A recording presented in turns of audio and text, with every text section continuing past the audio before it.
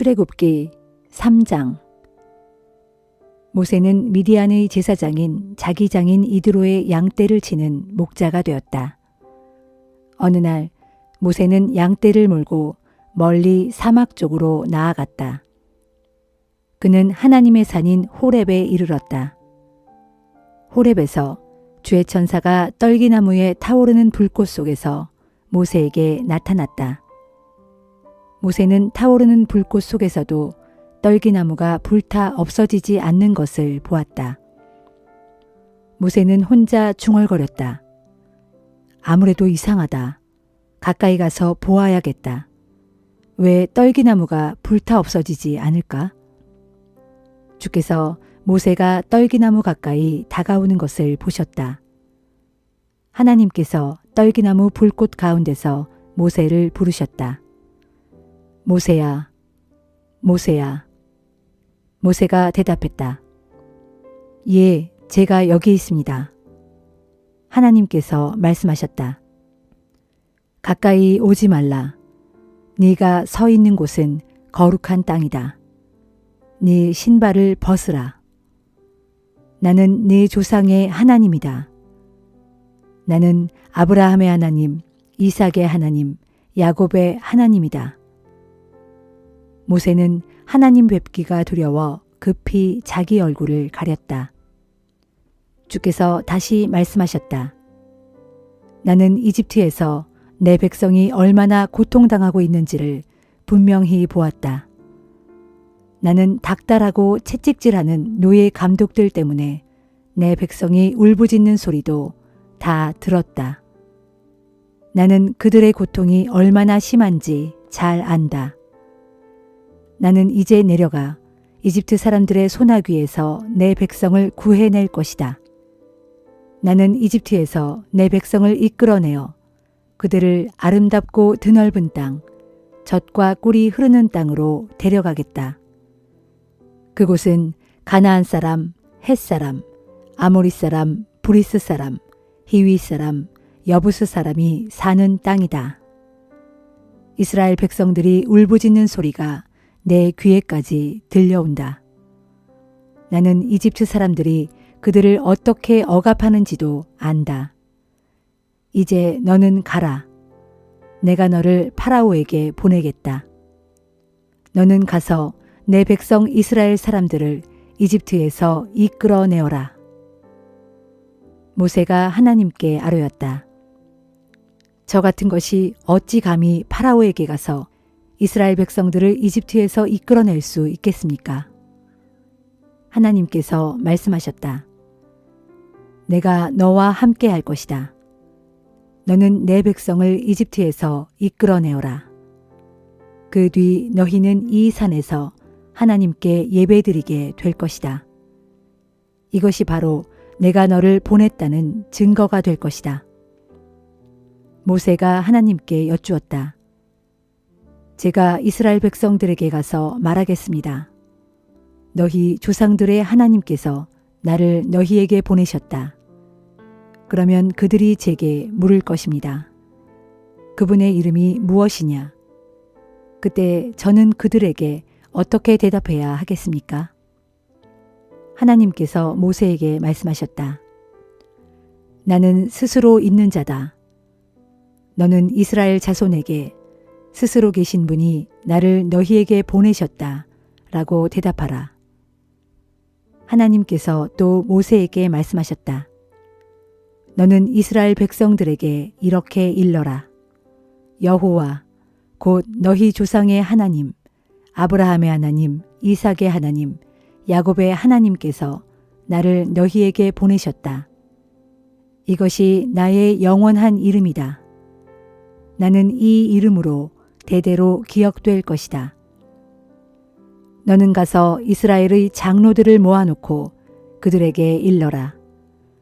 여호와 너희 조상의 하나님, 아브라함과 이삭과 야곱의 하나님께서 나에게 나타나 이렇게 말씀하셨다. 곧 나는 너희를 찾아와 너희가 이집트에서 당한 일을 보았다. 나는 이집트의 고통에서 너희를 건져낼 것이다. 나는 너희를 가나안 사람, 헷사람, 아모리 사람, 브리스 사람, 히위 사람, 여부스 사람이 사는 젖과 꿀이 흐르는 땅으로 인도하겠다. 라고 말하면 이스라엘의 장로들이 네 말을 듣게 될 것이다. 그러면 너는 이스라엘의 장로들과 함께 이집트 왕을 찾아가라.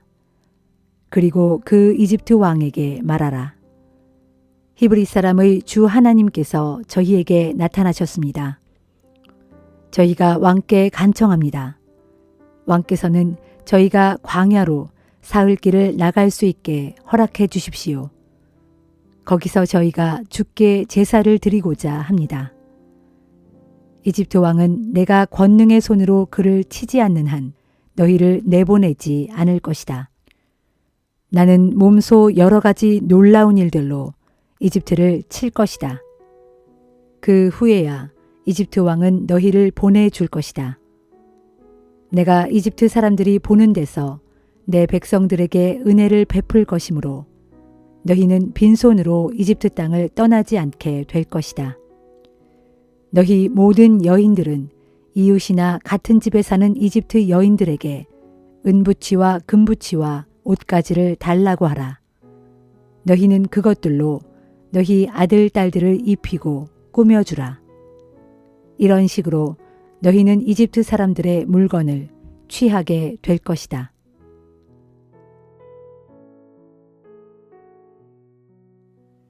누가복음 6장. 어느 안식일에 예수께서 밀밭 사이를 지나가시는데 예수의 제자들이 밀 이삭을 잘라 손으로 비벼 먹었다. 그 모습을 보고 바리새파 사람들 몇 명이 따져 물었다. 당신들은 어째서 안식일에 해서는 안 되는 일을 하는 거요? 예수께서 대답하셨다. 당신들은 성경에서 다윗 왕과 그의 신하들이 시장했을 때 행한 일을 읽어보지 못하였소? 그때 다윗은 성전에 들어가서 오직 제사장들만 먹을 수 있는 진설병을 가져다 먹고 자신을 따르는 다른 이들에게도 나누어 주었소. 그리고 덧붙여 말씀하셨다. 인자는 안식일의 주인이요. 또 다른 안식일에 예수께서 회당에 들어가 가르치고 계실 때였다. 그 자리에는 오른손이 오그라든 사람이 있었다. 율법 교사들과 바리새파 사람들은 예수를 고발할 구실을 찾으려고 예수께서 과연 안식일에 그 사람을 고쳐주실지 가까이에서 줄곧 지켜보고 있었다. 예수께서 그들의 생각을 이미 아시고 손이 오그라든 사람에게 말씀하셨다. 일어나서 사람들 앞으로 나오시오. 그 사람이 일어나 사람들 앞에 섰다. 예수께서 바리새파 사람들과 율법 교사들에게 말씀하셨다. 당신들에게 한 가지 물어보겠소. 안식일에 선한 일을 행하는 것이 옳소? 아니면 악한 일을 하는 것이 옳소? 사람을 살리는 것이 옳소? 아니면 사람을 죽이는 것이 옳소?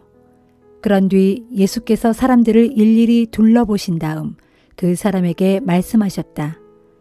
당신의 손을 쭉 펴시오. 그러자 즉시 그의 오른손이 완전히 회복되었다. 하지만 바리새파 사람들과 율법 교사들은 크게 화가 나서 예수를 죽일 방법을 서로 의논하기 시작했다. 어느 날 예수께서 따로 산에 올라가 밤이 새도록 열심히 기도하셨다. 날이 밝자 제자들을 부르신 후 그들 가운데서 12사람을 사도로 세우셨다. 예수께서 세우신 12사도는 다음과 같다.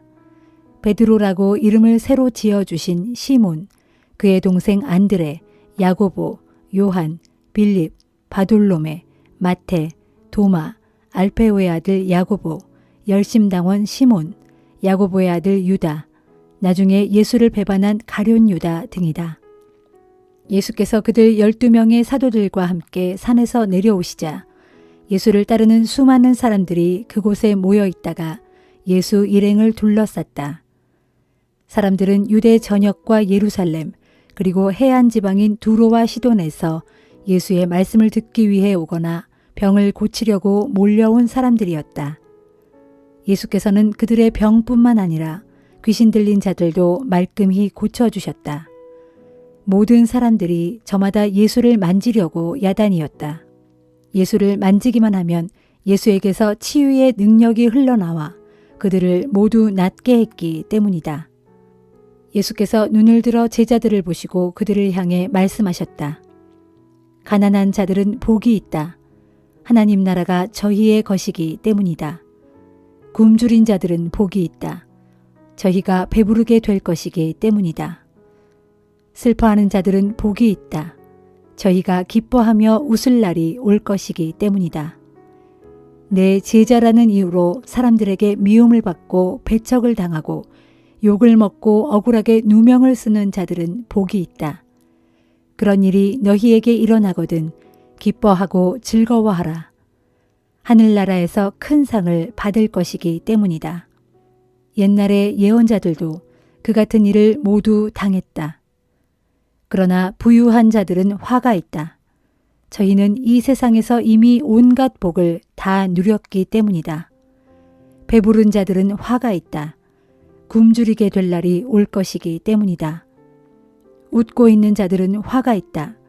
슬퍼하며 통곡할 날이 올 것이기 때문이다. 사람들에게 칭송받는 자들은 화가 있다. 예전부터 거짓 예언자들도 언제나 그렇게 칭송을 받았기 때문이다. 내 말을 듣고 있는 너희에게 말하니 마음에 새겨들어라. 너희는 너희 원수를 사랑하라. 너희를 미워하는 사람들에게 선을 행하라. 너희를 저주하는 사람들에게 복을 빌어주고 너희에게 해를 끼치는 사람들을 위해 기도하라. 만일 누가 네 한쪽 뺨을 치거든 다른 쪽 뺨까지도 돌려대고 겉옷을 달라 하거든 속옷까지도 주어라. 네게 구하는 사람들에게는 주고 누가 네 것을 가져가거든 도로 찾으려고 애쓰지 말라. 남이 너희에게 해주기를 바라는 대로 너희가 먼저 남에게 그렇게 해주어라. 너희가 너희를 사랑하는 사람들만 사랑한다면 그것이 무슨 칭찬거리가 되랴. 그런 일은 죄인들도 다들 그렇게 할 줄 안다. 너희가 너희에게 잘해주는 사람에게만 잘해준다면 그것이 무슨 칭찬거리가 되랴. 그런 일은 죄인들도 다들 그렇게 할 줄 안다. 되돌려 받을 수 있는 사람에게만 돈을 꾸어준다면 그게 무슨 칭찬거리가 되랴.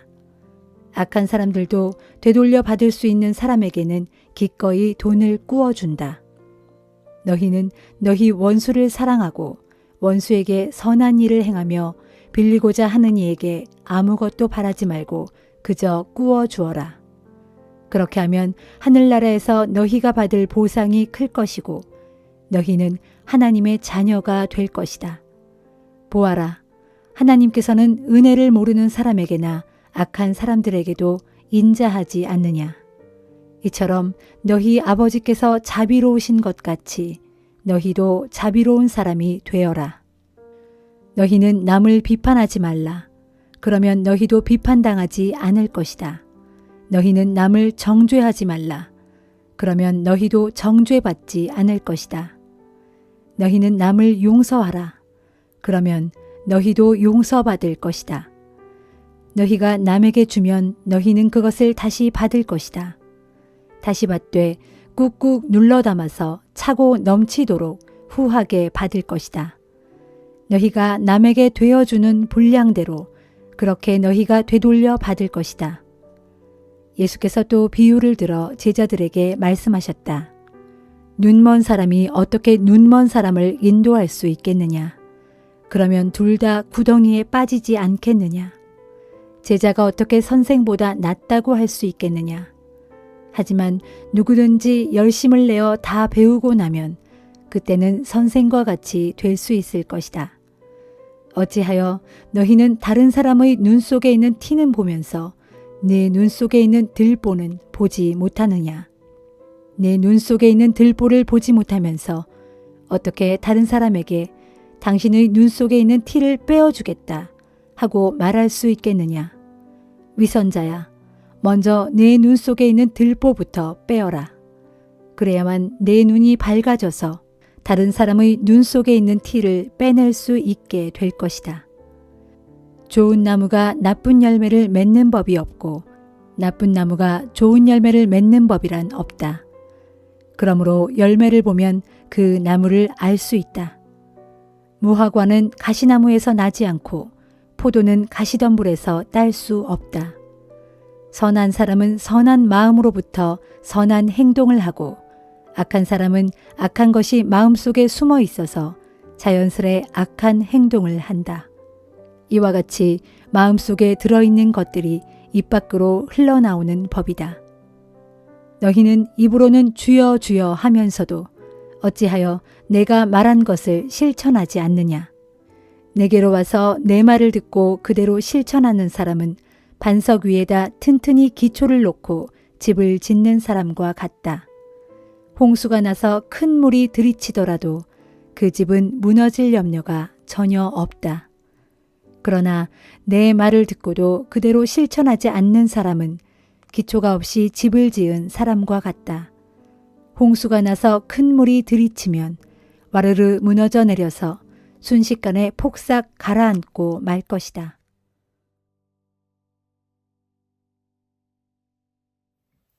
욥기 20장. 욥의 말이 끝나자 나아마 사람 소발이 말을 받았다. 자네 말을 듣고 있자니 화가 나서 도저히 입 다물고 있을 수가 없군. 속이 끓어올라 나도 내 말 좀 해야겠네. 자네의 말은 모두 나를 멸시하고 모욕하는 말이네. 그러나 총명한 내 영이 깨닫는 바가 있어 자네에게 답변할 말을 일러주는군. 그래, 자네도 이런 사실쯤은 모를 리 없겠지. 그러니까 아주 옛적 사람이 이 땅에 살기 시작한 때로부터 악인의 승리는 잠깐뿐이요 위선자의 기쁨도 순간뿐이란 사실 말일세. 악인의 교만이 하늘까지 닿고 그 머리가 구름까지 닿는다 해도 그자는 어느 순간에 자기 똥처럼 사라지게 되고, 그래서 그자와 알고 지내던 사람들이 서로 묻기를 그자가 대체 어디 있는 거야 라고 할 걸세. 악인은 정녕 꿈처럼 사라져버려 더 이상 보이지 않을 것이고 한밤중의 환상처럼 순식간에 사라져버릴 걸세. 그자를 보았던 사람들이 다시는 그자를 볼 수 없을 것이고 그자가 살던 곳도 다시는 그자의 존재를 알 수 없을 걸세. 그자의 자녀들은 가난한 자들에게 싹싹 빌면서 용서를 구하고 악한 조상이 그들에게서 빼앗은 재물을 몽땅 되돌려 주어야 할 걸세. 한때 그자의 뼈마디를 가득 채웠던 젊고 활기찬 기운은 그자와 함께 흙먼지 속에 눕게 될 걸세. 악인의 입에는 악이 너무나 달아서 그자는 그 악을 자기 혀 밑에 감추고 그냥 꿀꺽 삼키기에는 그 악이 너무나 아까워 자기 입속에 계속 머금고 있을지라도 결국엔 그 악이 목구멍으로 넘어가 그자의 뱃속으로 들어가서 쓰디 쓴 맛으로 변하고 말 걸세. 독사의 독으로 변해버릴 거란 말일세. 또한 악인은 자신이 집어삼킨 불의한 재물도 결국 도로 토해낼 수밖에 없을 걸세. 하나님께서 그것들을 그자의 뱃속에서 도로 끄집어내실 것이기 때문일세. 그자는 독사의 독을 빠는 신세가 될 것이고 그러다가 결국 독사의 이빨에 물려 죽게 되는 비참한 꼴을 당할 걸세. 악에는 결코 흐르는 강물, 곧 젖과 꿀이 흐르는 시내를 보지 못할 걸세. 그토록 애써 얻은 것도 자신이 마음대로 먹지 못하고 되돌려 보내야 할 것이고 장사를 해서 남은 이익도 자신이 마음대로 누리지 못할 걸세.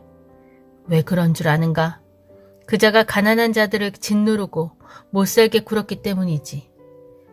자기가 짓지도 않은 집을 강제로 빼앗았기 때문일세. 악인은 아무리 갖고 또 가져도 도무지 만족할 줄을 모르지. 탐욕의 끝도 없다네. 무엇이든지 남기지 않고 닥치는 대로 집어삼키니 악인의 번영이 오래 갈 리가 없지 않은가. 좋구나 하면서 흥청망청 누리고 있을 그때에 재앙이 순식간에 그자를 덮칠 것이고 온갖 불행이 해일처럼 밀어닥칠 걸세.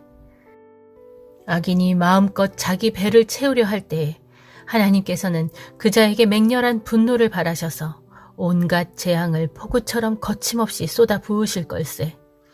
그자가 철무기를 피하여 어디론가 도망치면 어디선가 청동화살이 날아와 그자를 꿰뚫어 버릴 걸세. 그러면 악인은 자기 몸을 뚫고 나온 화살을 빼내겠지만 그자의 쓸개를 관통해버린 번쩍거리는 화살촉 때문에 겁에 질려 쩔쩔 맬 걸세. 그자가 평생 모은 재물은 칠흑 같은 어둠에 휩싸여 도대체 어디에 있는지조차 모르게 될 것이고 일찍이 본 적이 없는 무시무시한 불길이 그자를 한 입에 삼킬 것이며 또 그 불길이 계속 타올라 그자의 장막 안에 남아있는 모든 것들을 모조리 태워버릴 걸세. 그때 하늘이 그자의 죄를 밝히 드러낼 것이고 땅이 그자를 거슬러 들고 일어날 걸세. 하나님께서 악인에게 분노하시는 날, 그자가 가진 모든 재산들은 거센 바람에 산산이 흩어질 것이고 홍수에 쓸려가듯 다 떠내려 가버릴 걸세. 보게나 욥, 바로 이러한 것이 악한 자가 하나님께 마땅히 받을 몫이고 하나님께서 악한 자에게 반드시 물려줄 유산이라네.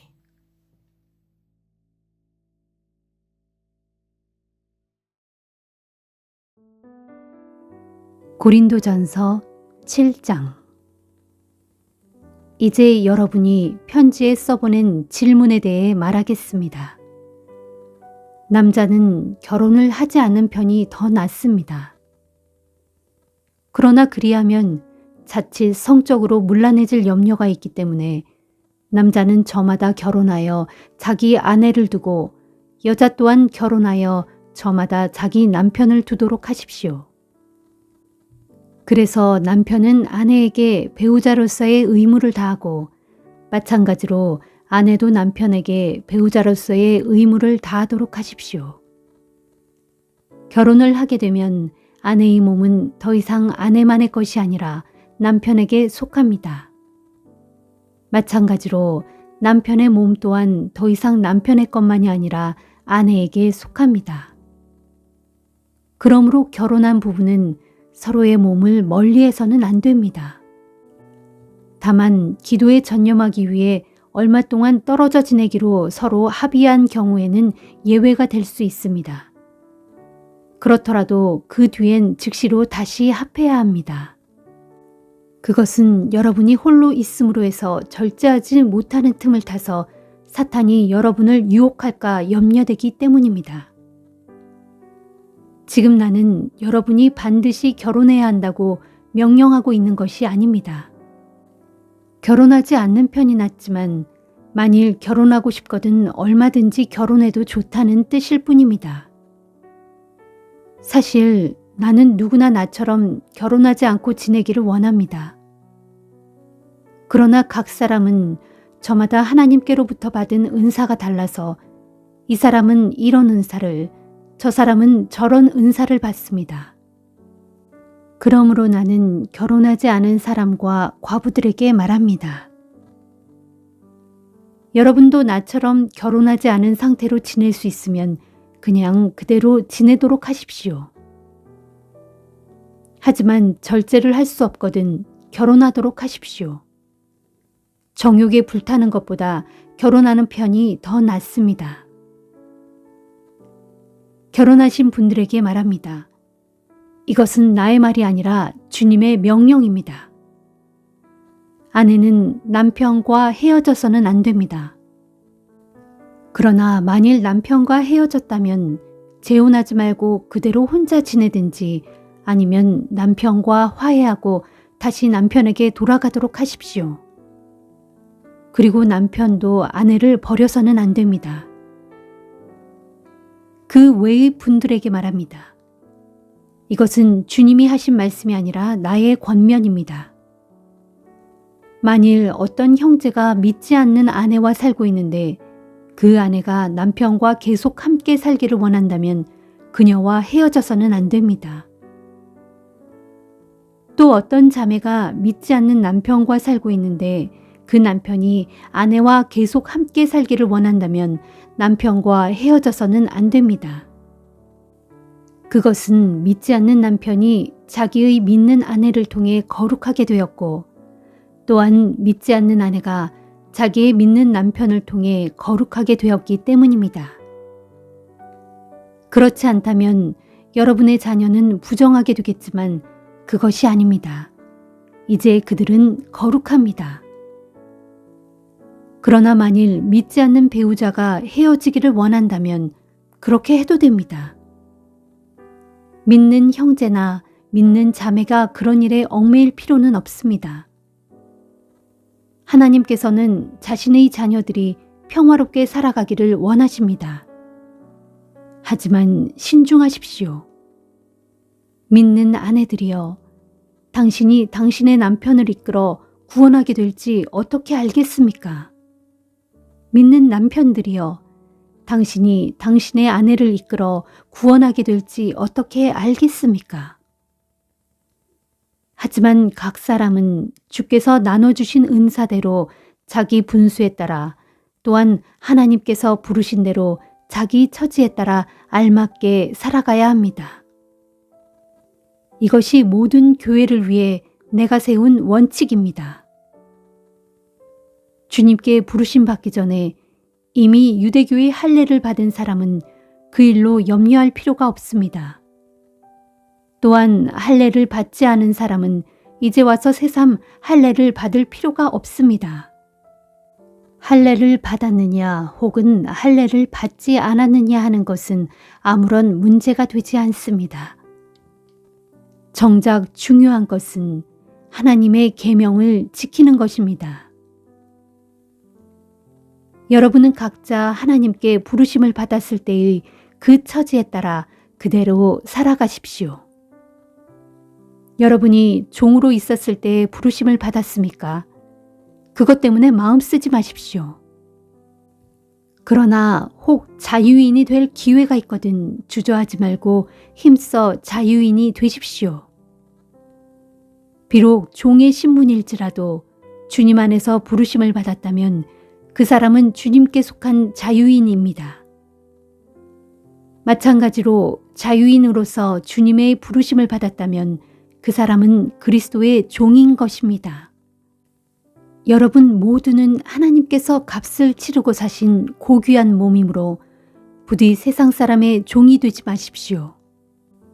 형제들이여, 이처럼 여러분은 하나님께 부르심을 받았던 그 처지에 그대로 머물러 있으면서 하나님께 책임을 다하도록 하십시오.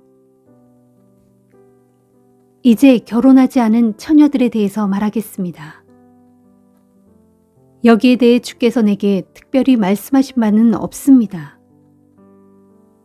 그러나 주께서 주신 자비에 힘입어 믿을 만한 사람으로 평판이 나 있으니 내 생각을 여러분께 말씀드리고자 합니다. 앞으로 조만간 닥치게 될 큰 재난 때문에 나는 처녀들이 결혼하지 않은 현재의 상태로 지내는 것이 좋다고 생각합니다.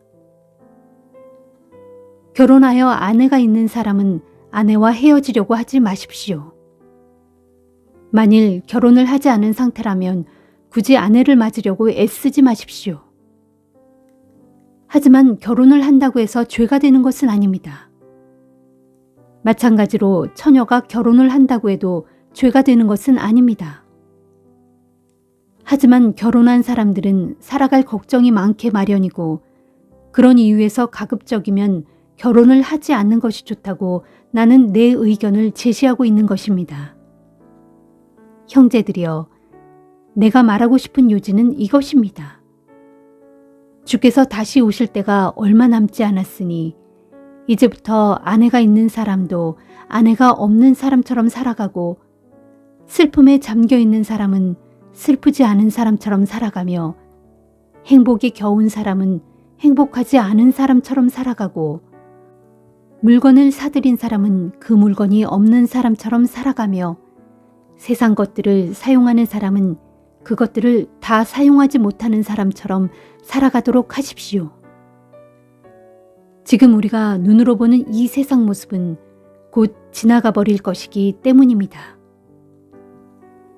나는 여러분이 걱정하지 말고 살아가기를 바랍니다.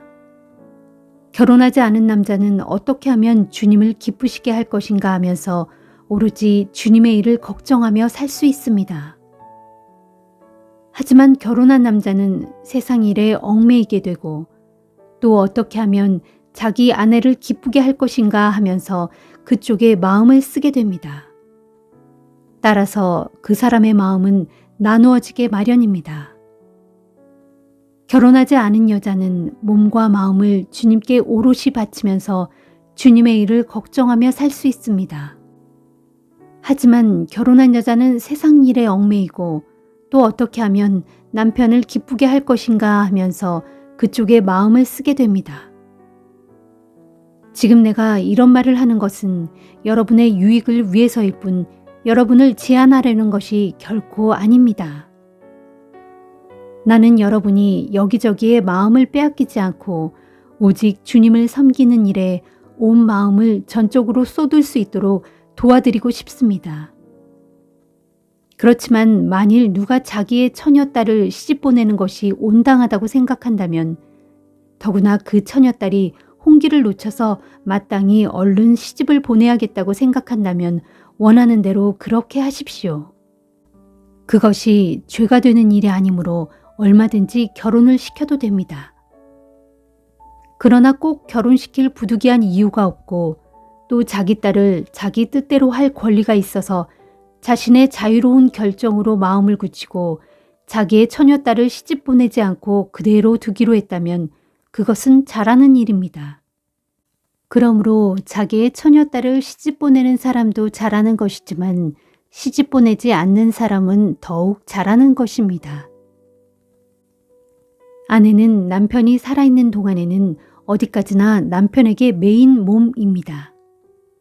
하지만 남편이 죽으면 그 매임에서 풀려나므로 다시 결혼을 해도 좋습니다. 그러나 반드시 주께 속한 사람과 결혼해야 합니다. 그러나 내 생각으로는 가능하다면 재혼하지 않고 그냥 지내는 편이 더 행복할 것 같습니다.